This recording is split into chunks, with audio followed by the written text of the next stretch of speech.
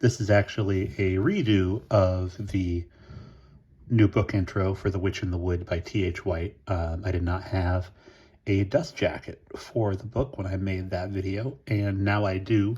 It's also a commercial because I got that from Facsimile Dust Jackets LLC. But I figured this would be a better way to introduce the book than my previous video. Several years ago when I started this channel, I read The Sword and the Stone, which is the first part of T.H. White's The Once and Future King saga.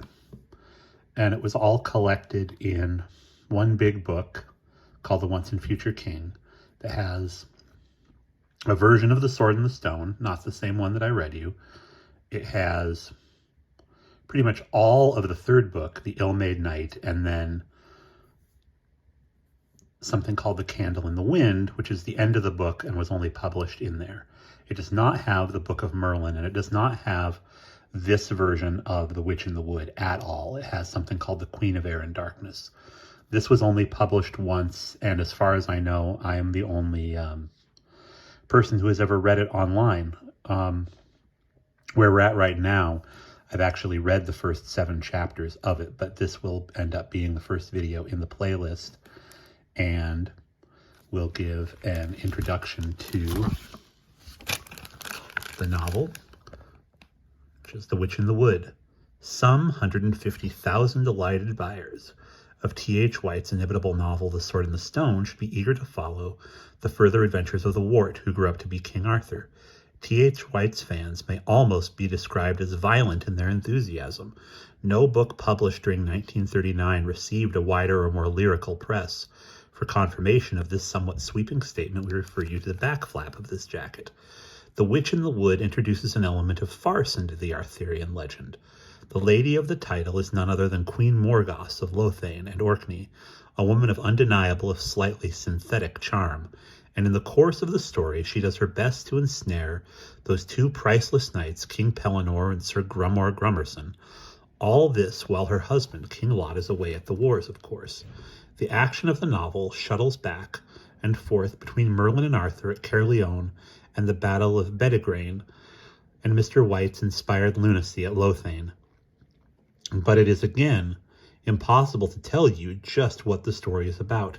The author introduces some wonderful new characters, among them Sir Palomides, a Paynim tutor to the Queen's 4 sons, Gawain, Agravain, Gareth, and Irish Saint Torilvik, who has a fondness for legends and for poteen and lives in a beehive near the castle of Lothian.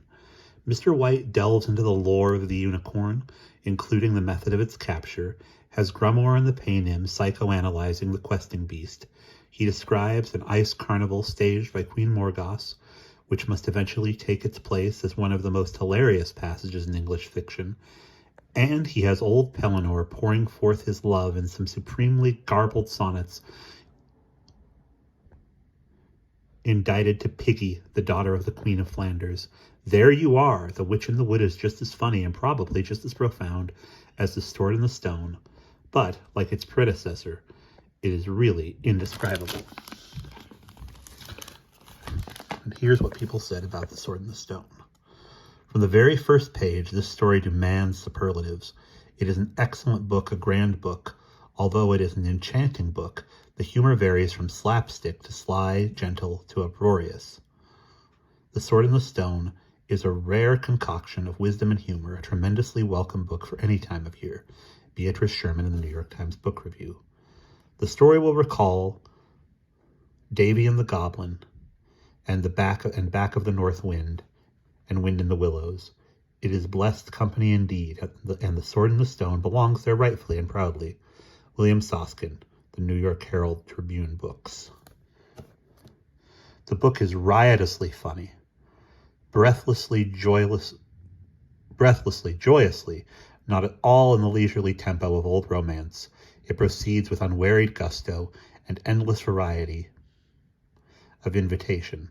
If you are a serious-minded adult, you will savor the suggestions of advanced educational theory. If you are just an ordinary person, it would be a pity for you to miss King Pellinore, blood brother to the White Knight, or the living room of Madame Mim, B.A. Whoever you may be, don't miss this book. As for the bits of verse scattered through the pages, some deserve to live with the poems of Lewis Carroll. Vida D. Scudder in the Atlantic Monthly. And here is a photograph of the author and his falcon. T.H. White is entirely at ease with his falcons, and he would be equally at home with a unicorn. T.H. White, the author of The Witch in the Wood, has already produced a volume of poems, 2 mystery stories, and a book on Victorian England, 4 sporting books, a number of short stories, and England Have My Bones prior to the publication of The Sword and the Stone in early 1939. Of these, England Have My Bones was the only title to enjoy any considerable success, although all of Mr. White's work has attracted unusual critical attention. The Sword and the Stone, however, immediately ranked Mr. White among England's finest writers, and it was a bestseller both there and in America. Henry Cecil Canby wrote for the Book of the Month Club News at the time The Sword and the Stone was published here. Mr. White is evidently a scholar. His knowledge of the codes, the customs, the courtesies of medieval England is extraordinary. He has the language of venery, which, as hunting was not only only practiced for war, but essentially for the larder, was as elaborate and specific as an automobile mechanic's vocabulary. He knows the psychology of hawking. He knows the economy of a great manor. He understands the medieval imagination, which, since it was not warped by too much sense of history, saw all time focused upon the present, and so got a juster view than we do of the continuity of human experience. It is this knowledge, coupled with a superb creative imagination, which makes the reading of this latest novel another unforgettable experience. So like I said in that previous video, we'll read this, and if you enjoy it, we'll move on to The Ill-Made Knight afterwards. And the other thing I lucked out about, and again, this dust jacket came from Facsimile Dust Jackets LLC, is that you can see that this is the dust jacket says Putnam on it, but the book was published by Collins, and thankfully they were the same size. And this book was published in 1940 originally. So an 83-year-old book. And I will see you in chapter 1, which, as mentioned, was already recorded.